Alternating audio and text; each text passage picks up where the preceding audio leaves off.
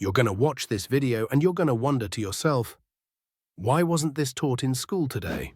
Let's talk about one of the most awe-inspiring groups I have ever come across and learned about the Lakota tribe. When I tell you they were done dirty, I'm telling you it is disgusting. Let's dive into it. So the Lakota territory encompassed the larger portion of the northern Great Plains. You can see it here. You might recognize names of some of the more notable members. You have Sitting Bull, Black Elk Speaks, Incredible Book, Crazy Horse, and that's just to name a few. But the Lakota were nomadic hunters. They would move across the Great Plains in sync with the buffalo herds. They lived in teepees, had an incredibly strong community structure. Loyalty to the community was everything. And the most sacred spot on earth for them is called the Black Hills. I want you to remember this. This is very important. The Black Hills are incredibly important to their origin story. They believe it is the center of the universe and it's where their people came from. It is an incredibly sacred site where they would experience the gods. They would bury their dead, they would hold ceremonies. So much of their cultural identity is tied to this. There are so many incredible books that I highly recommend you read. Code Away, Mind-Blowing, Black Elk Speaks. Mind-Blowing, My People by Luther Standing Bear. The list goes on and on. What's fascinating is when you read these histories, you constantly hear about the yellow metal that drove white men crazy, and as settlers would push out, their land continued to be more and more encroached upon. The thing is, they didn't view it as their land. They had literally no concept of land ownership. How can you own the land? The government would come in and they would make these treaties. These areas are ours. You need to go to those areas. And if we do that, we won't fight. The treaties were always broken, and not a single treaty was ever broken by the Lakota. Here's the thing, the Lakota are incredible fighters. That's not just the men. It was the women too. There were many battles where the US suffered heavy losses.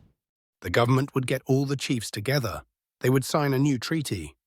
The one thing the Lakota said in every treaty was, "Do not touch the Black Hills, that is sacred to us."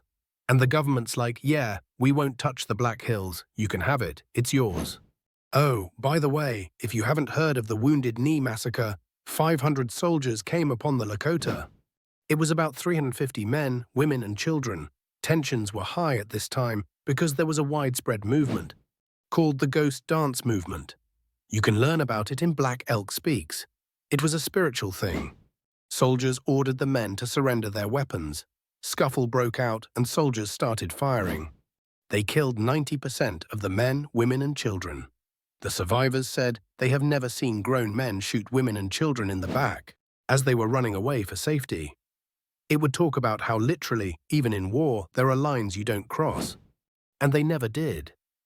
I want to talk about two treaties that were signed in 1851. There was the Fort Laramie Treaty. When 1851, there was the Fort Laramie Treaty, where the US recognized the Lakota territories. The issue is settlers kept going west and they didn't care, and the government did nothing to enforce it. Fights broke out. In 1868, there was another Fort Laramie Treaty, and in this treaty, it guaranteed the Black Hills to the Lakota in perpetuity. They were literally promised that no white person or person should be permitted to settle upon or occupy those lands. But then gold was discovered. So in 1874, General George Custer led an expedition, and he confirmed that gold was there. This sparked a mad gold rush. US government tried to buy the Black Hills from the Lakota, and the Lakota were like, "What the hell? It's not for sale. This is our spiritual land." The government was like, "Yeah, but gold." So the government was like, "Well, if you don't sell it to us, we'll just violate the treaty." This is the Black Hills. Beautiful, right? You want to know what we did to it? This is also the Black Hills. Like what the hell?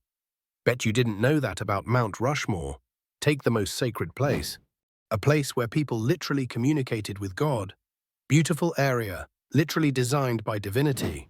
And we carved egoic faces into it. Bet you didn't know that. Oh.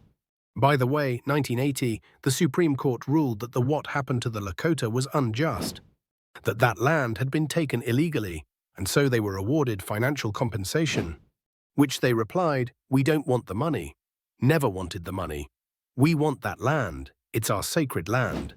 But funny, when we talk about Mount Rushmore in schools, we never bring up the history behind it. They were right about everything they said, especially the yellow metal that drives people to go crazy. Oh, and if you're interested, you should go read the story of the white buffalo calf woman. Because within that story, there is a prophecy that she would come back and bring back harmony, balance, and peace, spirituality. Literally, a white buffalo was just born recently, filling the Lakota prophecy.